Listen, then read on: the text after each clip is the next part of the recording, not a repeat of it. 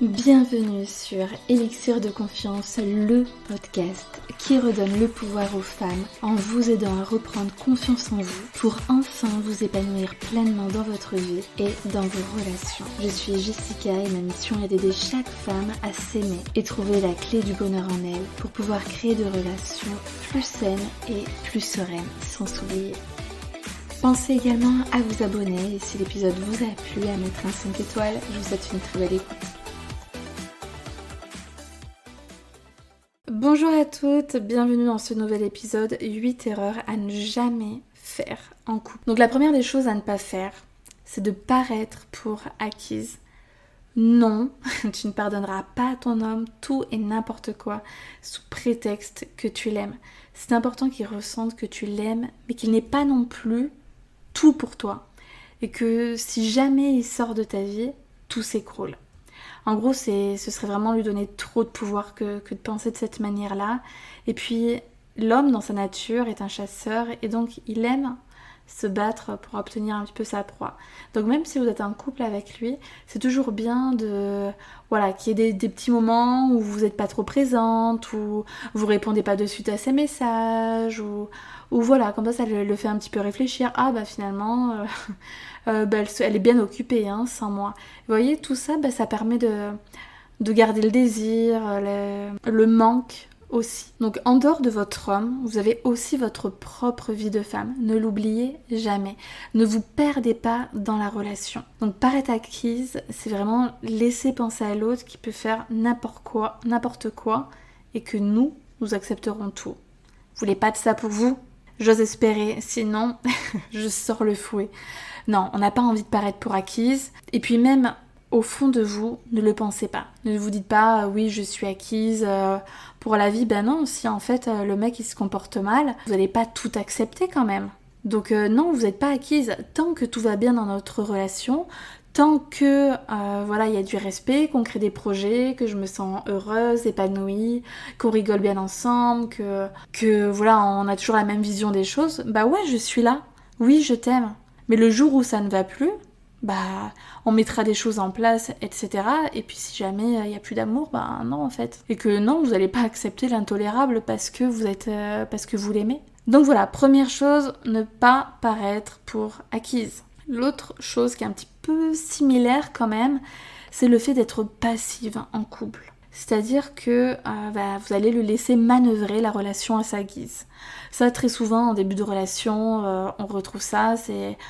Normalement, on dit que l'homme propose, la femme dispose, et en fait, dans la réalité, c'est l'homme propose et la femme est là de suite. Il a même pas terminé de dire est-ce que tu veux venir, que la femme, elle tape déjà à la porte. Donc ça, c'est non, c'est pas lui qui décide. Donc dès qu'il souhaite quelque chose, vous n'allez pas vous plier en quatre pour le satisfaire. Il n'a pas à décider de tout dans votre couple. Donc vous avez votre personnalité, vous avez vos envies, vos besoins, et vous aussi, vous avez le droit de dire les choses, de demander certaines choses, de dire voilà, moi j'aimerais bien faire ça, etc. De toute façon, vous n'êtes pas un paillasson, quoi. Vous ne devez pas être passif dans votre relation, vous devez décider aussi. Vous avez votre place à prendre dans votre couple. Il n'a pas à prendre toute la place. Donc, dès qu'il vous appelle, ne claquez pas des doigts.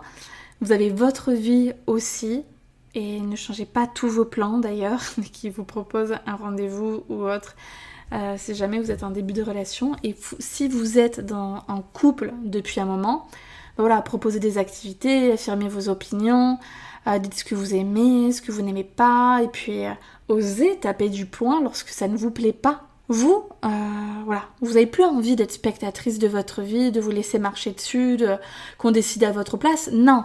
Aujourd'hui, vous voulez être active. Donc, terminez de subir, d'être soumise, Non, maintenant, vous reprenez votre vie en main, ainsi que votre relation, et vous vous autorisez à être celle que vous voulez être. Troisième action, voir l'autre comme un sauveur ou un bourreau. J'en ai parlé dans le précédent épisode, mais là, ça a aussi sa place. Ici, ça peut être vraiment une grosse erreur et qui peut très très très fortement nuire à votre couple. Donc, ne voyez pas l'homme comme un sauveur, comme celui qui va venir vous sortir de votre solitude, vous réparer et vous combler de mille et une manières. L'autre, il n'est pas fait pour cela. L'homme, voilà, faut vraiment le voir, même si c'est important parce qu'on a une envie de créer une vie de famille, etc. Mais on veut pas n'importe quoi. Donc l'homme, c'est le Graal. Enfin, le Graal. C'est la cerise sur le gâteau. C'est voilà, on est bien avec nous-mêmes. Du coup, on va se mettre en couple pour vivre de nouvelles aventures, etc. Pour construire quelque chose à deux. Donc c'est vraiment un plus. Mais la première des choses à faire, c'est d'être bien avec soi-même, c'est s'écouter, c'est se donner de l'amour, c'est croire en soi, prendre soin de soi. Et ensuite, vous pourrez être bien avec votre partenaire. Et vous ne le verrez ni comme un bourreau qui ne répond pas à toutes vos demandes, vos exigences, vos besoins, comme celui qui est responsable de votre malheur parce que du coup vous êtes mal, ni comme un sauveur qui va venir vous réparer. Donc voyez vraiment l'autre comme un partenaire de vie avec qui on construit des projets ensemble, où on passe du bon temps, on partage un quotidien et on s'aime de manière sécure et respectueuse. 4e erreur à ne surtout pas faire, tout donner et ne rien attendre en retour. Voilà, vous avez tellement besoin d'amour que vous aimez pour deux. Non, non, non. Vous donnez tout, votre temps, votre amour, votre corps, votre argent, votre vie pour lui. Donc stop, soyez forte et ne donnez pas tout sous prétexte que vous lui devez déjà beaucoup parce que il vous a choisi pour être avec vous. Donnez et recevez. Sans calculer bien sûr, mais c'est important qu'il y ait un retour. L'amour n'est pas à sens unique. Une relation, on est à deux. Donc faites part de vos besoins et posez également des limites. 5e erreur, passez tout votre temps libre accroché à lui et vous oubliez. Ça, c'est niette. Je vous rappelle l'épisode sur comment accepter les différences de mon partenaire. Mon monde, ton monde, notre monde. On est chacun deux êtres séparés, on n'est pas des siamois collés, etc. Donc vous avez votre propre vie aussi, donc prenez 1 heure, 2 heures ou plus pour faire une activité de votre côté, pour voir vos copines un soir, pour changer d'air. En plus de respirer de votre côté, de vous faire du bien parce que vous vivez d'autres choses, vous faites aussi du bien au couple. Vous avez des choses à vous raconter. Parce que lorsque vous partagez la même chose, on n'apprend rien de l'autre. Moi, je sais que lorsque mon conjoint part faire une sortie entre amis, bizarrement, le lendemain, il est encore plus amoureux, quoi. Comme si, il est bien dans sa vie, et puis ça renforce son amour pour moi. Donc, le fait de s'accorder du temps, ça permet de créer du manque et du désir. Donc, ne vous dites surtout pas que, si vous n'êtes pas avec lui, c'est du temps perdu. Ouh, non, ça, c'est une croyance à changer. Donc prendre sa vie en main, c'est prendre soin de soi, c'est penser à soi et c'est jamais, jamais du temps perdu. Chacun dans le couple doit avoir ses propres activités. Lorsqu'on est en relation, il ne faut pas oublier toute notre vie d'avant. On a existé avant d'être en couple, peut-être que ça fait 1 an, 3 ans, 5 ans ou 10 ans que vous êtes avec lui, mais vous avez eu une vie avant. Et je pense que vous étiez bien aussi. Donc, lorsque l'on est célibataire, on a tendance à prendre plus de temps pour soi, à faire du sport, à aller à la danse, faire l'apéro, on s'éclate, tout va bien, c'est le feu. Mais pourquoi, une fois en couple, on devrait s'oublier ? Non, je refuse. C'est pas ça la vie. C'est pas s'oublier, se mettre de côté, ne plus se maquiller, ne plus prendre soin de soi, ne plus faire du sport, tout ça parce qu'on est en couple. Au contraire. Donc oui, il faut passer du temps avec l'autre, mais pas tout son temps. Et ça fait une nette différence. Donc plus vous avez votre vie de votre côté, plus votre homme vous respectera parce qu'il aura peur de vous perdre et qu'il sait que ce n'est pas le pilier central de votre vie. Oui, votre pilier, c'est vous-même. Vous êtes l'élément central de votre vie. Et en termes d'estime de soi, je peux vous dire que quoi de mieux que de se dire que l'on est capable d'être épanoui par soi-même et que l'on n'a pas besoin de l'autre. On a envie d'être avec l'autre, mais on n'a pas besoin d'être avec lui. Vous voyez la différence? Donc plus vous prenez du temps pour vous, plus vous allez oser vous affirmer et être tel que vous êtes parce que vous n'avez pas constamment peur de perdre votre partenaire. 6e erreur, être dans l'analyse constante de ses faits et gestes pour être sûr qu'il vous aime toujours. En toute transparence, j'avoue que j'ai été longtemps comme ça. Aujourd'hui, c'est plus le cas. Mais c'est vrai que j'avais des mauvais réflexes. Par exemple, on était sur le canapé et voilà, s'il était de son côté sur son téléphone et que il me calculait pas, il me touchait pas, du coup je le prenais mal.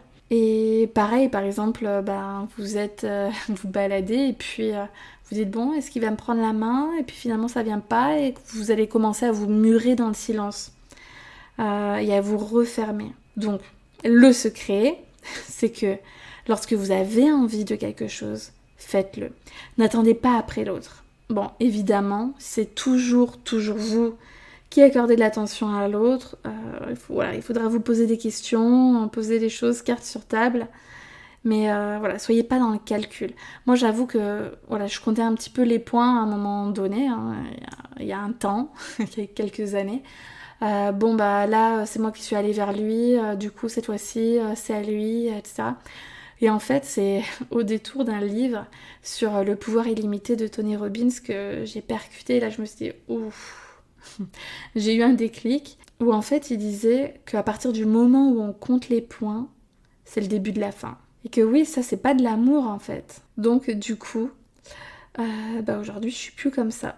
Donc, je vous encourage aussi de votre côté à ne pas être dans cette analyse constante de ses faits et gestes, est-ce que c'est bien, est-ce que c'est mal, etc. Vous avez envie de quelque chose, faites-le, point. 7e erreur à ne jamais faire en couple, éviter le conflit à tout prix. Je sais que beaucoup de personnes ne veulent pas parler de ce qui les dérange, de ce qui les a froissés, et sauf que du coup, après, la marmite est pleine, et tout se renverse à la moindre occasion. Et tout ça simplement parce qu'en fait, elles se disent que si elles disent quelque chose, ça va créer un conflit et puis éventuellement il va s'énerver et que du coup, comme elles ont peur de le perdre, elles préfèrent se taire. Non. Nous aussi on compte. Pourquoi on aurait peur de le perdre? Et lui, il n'a pas peur de nous perdre. Donc parler des problèmes permet vraiment d'atténuer les tensions et de repartir de plus belle. Moi, je vous invite pas à emmagasiner tous les problèmes dans votre tête. Mais voilà, dès qu'il y a un truc qui vous chagrine, vous en parlez calmement, tranquillement.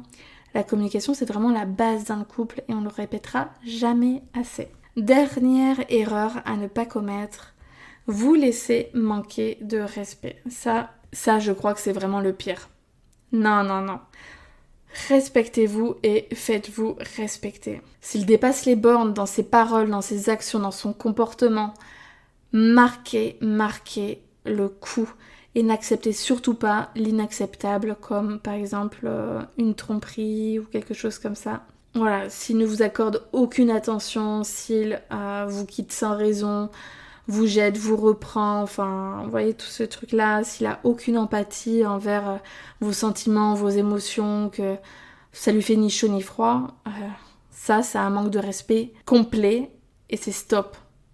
Ah ouais? Ok. Donc soit vous dites clairement les choses, vous posez des actions en mode ça me plaît pas si tu changes pas là-dessus ou si tu ne t'excuses pas, enfin bref, peu importe la situation. En fait, ça va aller de pire en pire. Et puis ça fait du mal à l'estime de soi lorsqu'on se fait manquer de respect. Donc, posez des limites, respectez-les et puis vous verrez que ça va vous faire un bien fou. Et puis lui aussi en fait, parce que quand de l'autre côté il n'y a pas de limite, c'est un petit peu la porte ouverte à tout. Alors que si vous en mettez, normalement il sait ce qu'il faut pas faire. Donc voilà, j'espère que cet épisode vous a plu. Si c'est le cas, mettez un 5 étoiles, abonnez-vous et puis vous pouvez télécharger en pièce jointe en description le guide sur l'auto-sabotage en amour. Je vous embrasse très fort, prenez soin de vous, à bientôt.